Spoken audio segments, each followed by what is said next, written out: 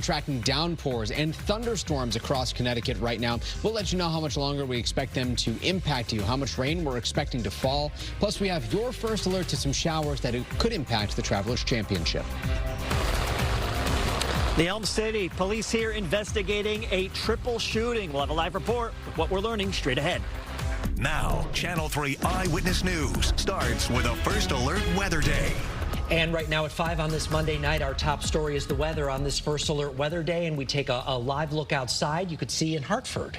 Yeah, it's raining pretty much everywhere. We have team coverage for you. Meteorologist Mike Slifer is tracking the rain, and your reporter Amanda Callahan is live at the Post Malone Jelly Roll concert, where people are going to want to have their umbrellas but may not be able to bring them. Yeah, but we do want to start with Mike. He has that first alert forecast every 10 minutes or less. Mike, we were talking about the rain in Hartford. It's pretty much everywhere right now. Right? Yes, statewide rain, and we have some very heavy rain, pockets of rain, downpours mixed in. So we've been tracking this over the last several hours for you. If you caught us on WFSB Plus at 2 o'clock, take a look at our iCam here in Waterbury. This is what people are driving through. Some ponding on the roadways, poor drainage type flooding certainly possible. Our first alert weather day coverage will continue as these downpours impact any plans you have to be outdoors this evening. By tomorrow, we're still thinking scattered showers, especially early on, tapering later in the afternoon. So unfortunately trending a bit more unsettled.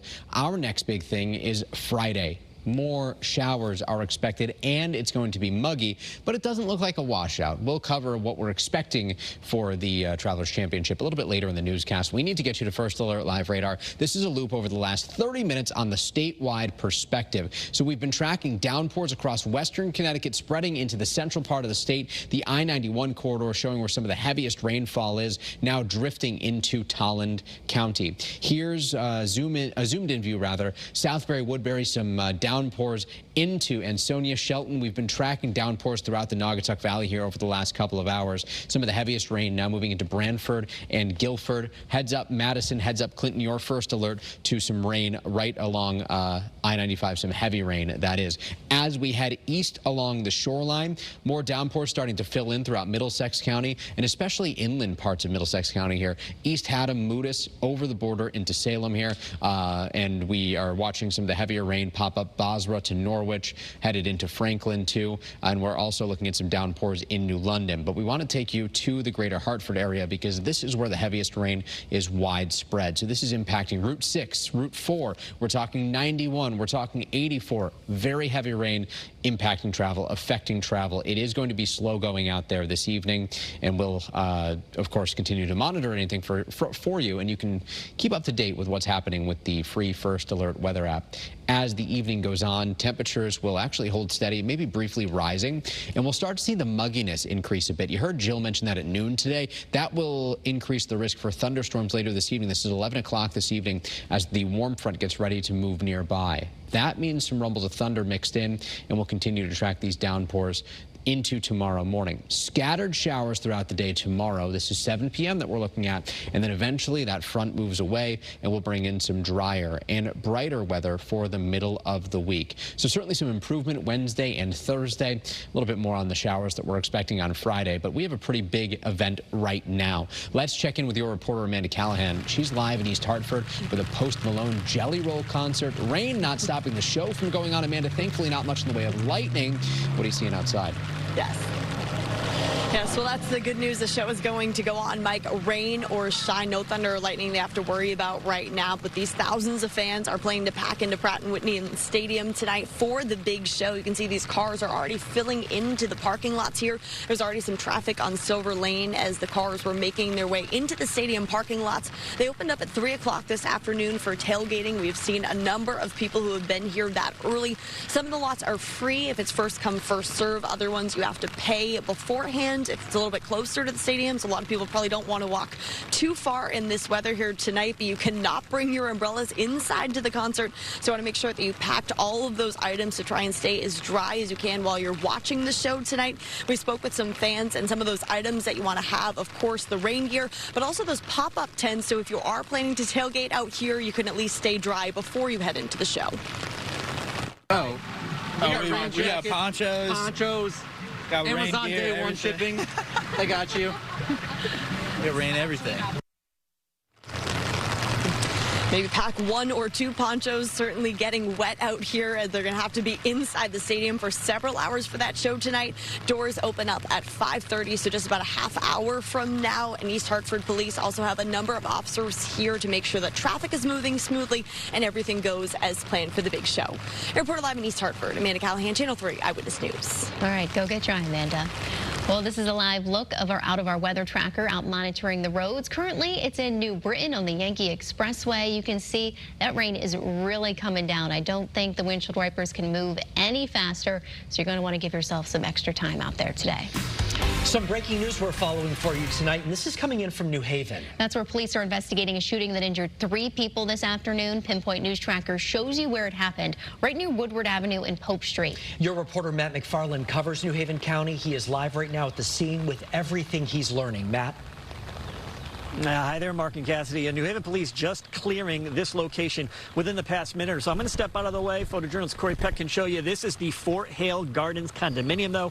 This complex, they were here for a number of hours today. We're told the shooting happening in that sort of driveway entrance. Just to give you an idea of where we are, this is right across the street from the Armed Forces Reserve Center, just down the street from the popular Fort Hale fishing pier as well. But take a look at some video from earlier today. New Haven Police telling us they were alerted to this triple shooting just a little after 1:30 this afternoon. We're told the victims, 3 men, 2 of them in critical condition. Very limited information right now on just what exactly happened, but New Haven's police chief tells us that everyone connected, involved in this shooting, familiar with each other, and that he says this is not a random act of violence.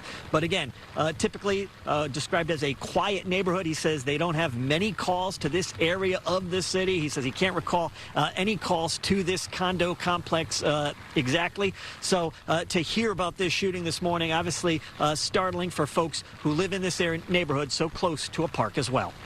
As a mom, 2 little kids, I was like, oh my gosh, what do I do with the kids? Should I bring them to grandma? Is it safe there or something? But I honestly really believe in the police, and I really appreciate the police, what they do. I feel safe. We were able to locate some evidence, and the case is progressing very rapidly. And you heard about the chief saying that they were able to collect some evidence, but he said also up against the clock with Mother Nature and this pouring rain here today, sort of collecting that evidence. We'll have that part of the story coming up tonight at 6. Your reporter live in New Haven, Matt McFarland, Channel 3 Eyewitness News. All right, Matt, we'll see you at 6. Thank you. To West Haven right now at 5, where police are searching for a killer. 2 brothers are dead, shot and killed outside of a West Haven bar. A 3rd victim was shot but survived. And tonight, your reporter Dylan Fearon is live here on Campbell Avenue with the latest from police and also eyewitnesses. Dylan? Well, Mark, Cassidy, good evening. We've just been told from police that the 2 brothers and the suspect were inside the museum sports bar and grill. It was at 1:30 in the morning on Saturday. Something happened inside the bar, guys. It spilled out into the street, and it ended with the 2 brothers being shot and killed. Today, a memorial is continuing to grow as police are trying to track down the killer. I don't feel safe sometimes. Sardar Sahim is still stunned. 2 days later, he owns Falcon Pizza, just feet from the shooting, feet from the memorial, which continues to grow. His shop was open. Sardar was taking late pizza orders when all of a sudden, chaos. I guess there was an argument inside the bar. Then he went outside, and I don't know what happened outside between them.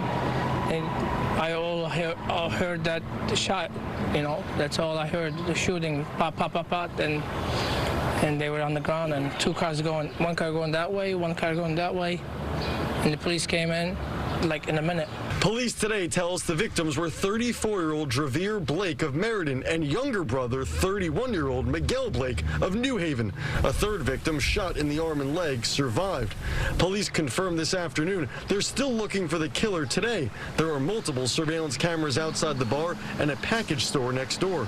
Roy Baranski grew up in West Haven, running errands in the neighborhood today. The sad part is people don't understand when you take someone's life, it's done and over, and then when you get caught, caught for doing it, you're going to spend in the cell time for the rest of your life.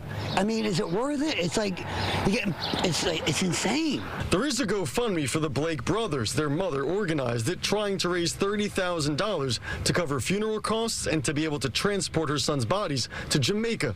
On the GoFundMe, Marie Blake writes, her sons were more than just family to us. They were loved, cherished, deeply connected to everyone who knew them. Their absence has left a void that can never truly be filled. Meanwhile, Serdar keeps his pizza shop open until 3 in the morning on weekends. He's now thinking about closing earlier. He says there's too much violence in this neighborhood. I do want to stay open late, but we want to feel safe while we're doing this, you know. We have families to go to, you know.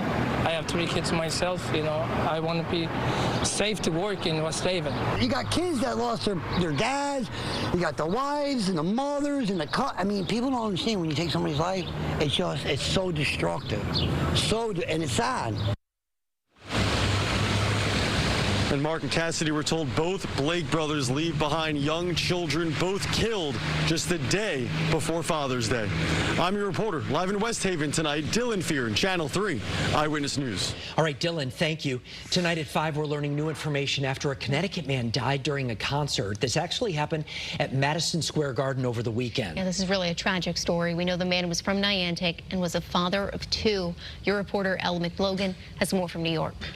Concert goers and New Yorkers in shock to learn the harrowing news out of the world's most famous arena. I guess sad. It's very sad. It was just before 10 p.m. Saturday at a concert for the rock band Goose, police say, when a man fell from section 300. Cell phone video shows first responders at the scene. The section cleared out moments after the tragic fall. The victim has since been identified as 51-year-old Paul Kuker. Police say the man was with his wife. The Connecticut husband and father of 2 was rushed to Bellevue Hospital, where he was pronounced dead on Father's Day Eve. And God bless him and his family. A witness tells us the concert resumed about a half hour later. MSG Entertainment said while it awaits a police report on the tragedy, quote, our hearts go out to the family and friends of the concert goer. The band Goose said in a statement in part, we are deeply saddened and heartbroken to learn of the tragic event. Police sources say no criminality is suspected as the investigation continues. At Madison Square Garden, Elle McLogan, CBS News, New York. And a GoFundMe has been set up by his daughter in his memory. It's raised, we just checked moments ago, it's now close to $30,000 to help the family. We have a link up on the WFSB app. Right now, a mother is facing child endangerment charges. State police say her 4-year-old daughter got very sick after eating edibles. 38-year-old April Moan waited an entire day to get the girl to a doctor. It all happened back in March. We're told Moan turned herself in last Friday. Thankfully, her daughter did make a full recovery after going to the hospital. Moan was released on a $50,000 bond.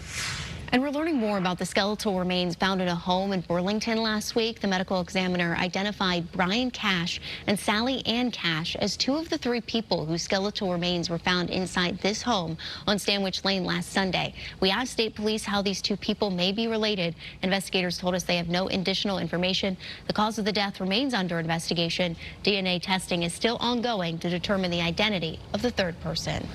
Still ahead for you right here at 5. The vice president seems optimistic after talks over the weekend with Iran. What he says was accomplished and why some say they're still skeptical. And it's been circled on the calendar since last June. Travelers Week is here. And sports reporter Mark Robbins is here to talk about the stacked field. And we do expect showers to impact at least part of the tournament for the Travelers Championship. But first, we have to alert you to the downpours we're tracking right now. On one hand, this is beneficial rainfall for us, but we're receiving quite a bit in a relatively short period of time. The impact to your Monday evening plans to travel across the state and when these showers wind down. That's coming up in the First Alert forecast after the break.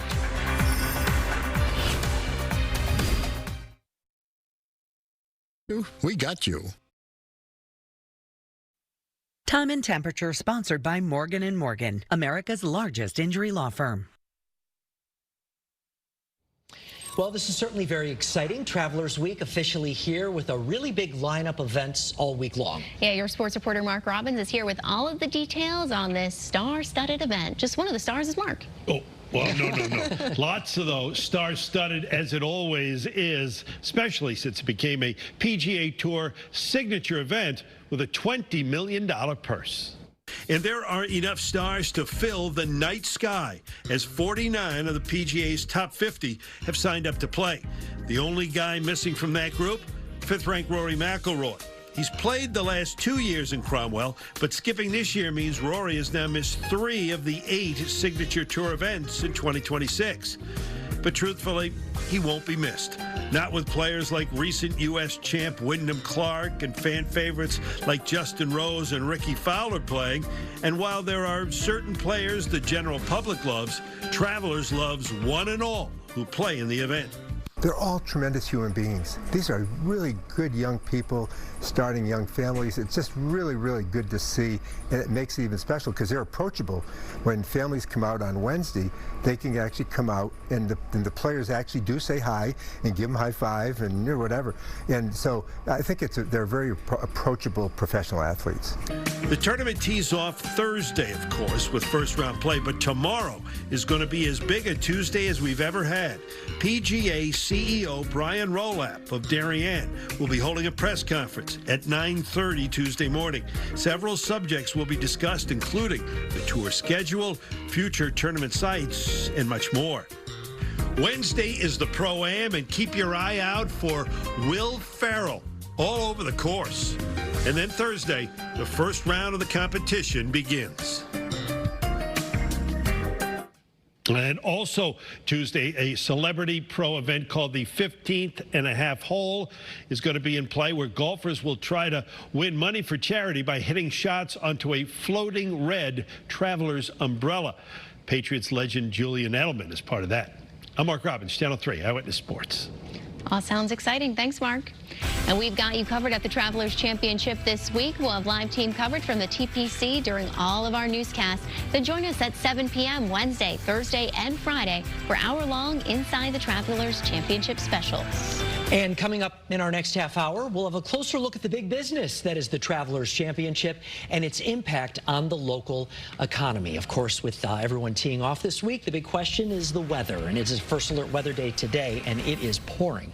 It is pouring. Yeah, would not be good for golf today. So luckily, today's nothing going on. Yeah, let's get this out of the way, right? Yes. Hopefully some improvement later this week. We do expect at least one day to have some showers, and we're going to talk much more about that in a moment. But we need to talk about what's happening right now. We've been tracking downpours impacting the evening commute. Look at how heavy the rain is right now along Route 8, Watertown through Thomaston and into Harwinton currently. So we'll be watching as these downpours continue to lift north.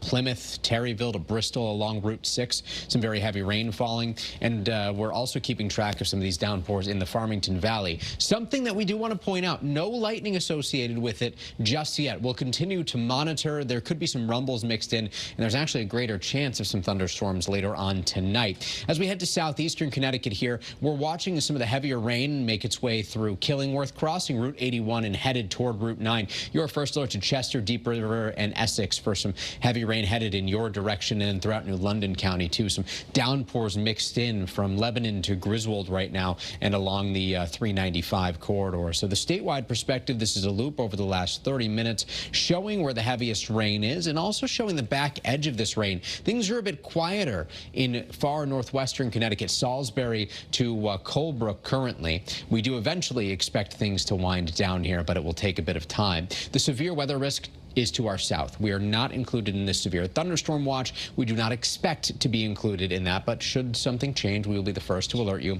Grilling this evening will be tough. Really doing anything outdoors will be tough. It is raining at a pretty good clip, and that will be the case for the remainder of this evening. Temperatures only in the 60s. First Alert Futurecast showing the downpours continuing for the next several hours, but we're getting ready for a second round that develops overnight and actually lasts into and through the day tomorrow. Scattered showers through the day. Temperatures tomorrow working their way into the lower 70s. Not a great day for some golf. And speaking of golf, as we get into the end of the week, that's our next big thing, Friday. We're expecting showers, isolated to scattered, not a washout. It'll be muggy, but it will not be hot. Heat has been a common theme of the Travelers Championship the last several years. And if you look here, that is not the case this year. Temperatures will be seasonable. Thursday looking great, Sunday looking great. It's that Friday, Saturday time frame where things are just a little bit unsettled. If things become more unsettled, unsettled Friday, perhaps a first alert weather day, but we'll continue to monitor the trend. Either way, it doesn't look like it's going to be all that bad for travelers, and we do expect things to be much brighter as we start off next week. We'll talk a bit more about that 3-day forecast in just a few. All right, we'll see you then, Mike. Thank you. Right now at 5, Vice President J.D. Vance on his way back from Switzerland after 18 hours of negotiations with Iran. He said progress has been made in laying the groundwork for a final deal, but said there's still a ways to go. Your reporter Natalie Brand has more tonight from the White House. Vice President J.D. Vance leaving Switzerland this afternoon touted progress made during this weekend's talks with Iran. This is laying a foundation for what could be a truly transformed Middle East, but we haven't built the house yet. The vice president says Iran has agreed to allow nuclear inspectors and to establish a dedicated line of communication to avoid incidents and miscommunications over the Strait of Hormuz. We set up the mechanism to ensure not only the Straits of Hormuz are open, but will stay open. We think about 15 million barrels of oil come out. That's one of the reasons why oil is so low right now. The two sides say there are also new efforts to de-escalate continued tensions in Lebanon between Israel and Iran-backed Hezbollah. Israeli Prime Minister Benjamin Netanyahu said Monday that Israeli forces will remain in the southern part of the country. We established a security zone in Lebanon, and we shall keep it as long as it's necessary to protect our people.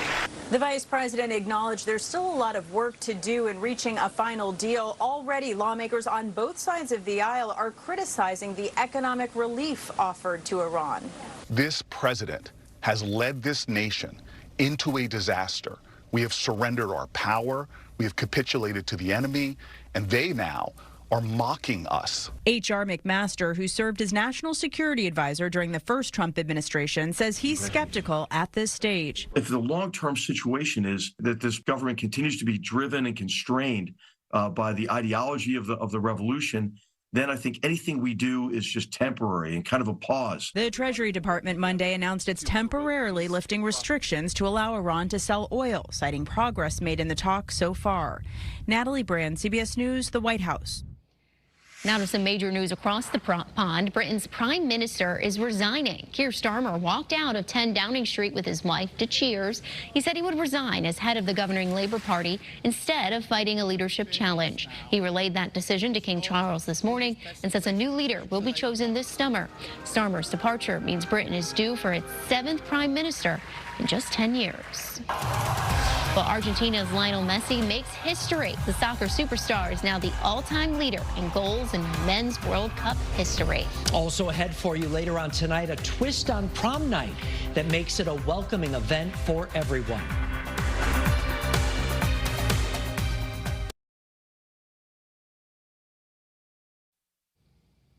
Soccer superstar Lionel Messi made history today by becoming the leading goal scorer in World Cup history. Messi recorded both his 17th and 18th goals in the win today against Austria. Messi has now scored in 6 consecutive World Cup matches.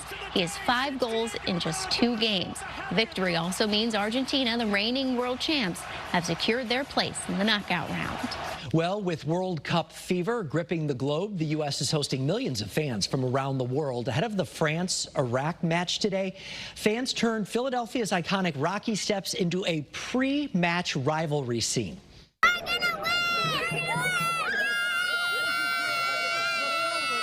Well, for many international fans, it's their first All-American experience. Bars in Boston had to stock up on beer after Scotland fans nearly drank the city dry.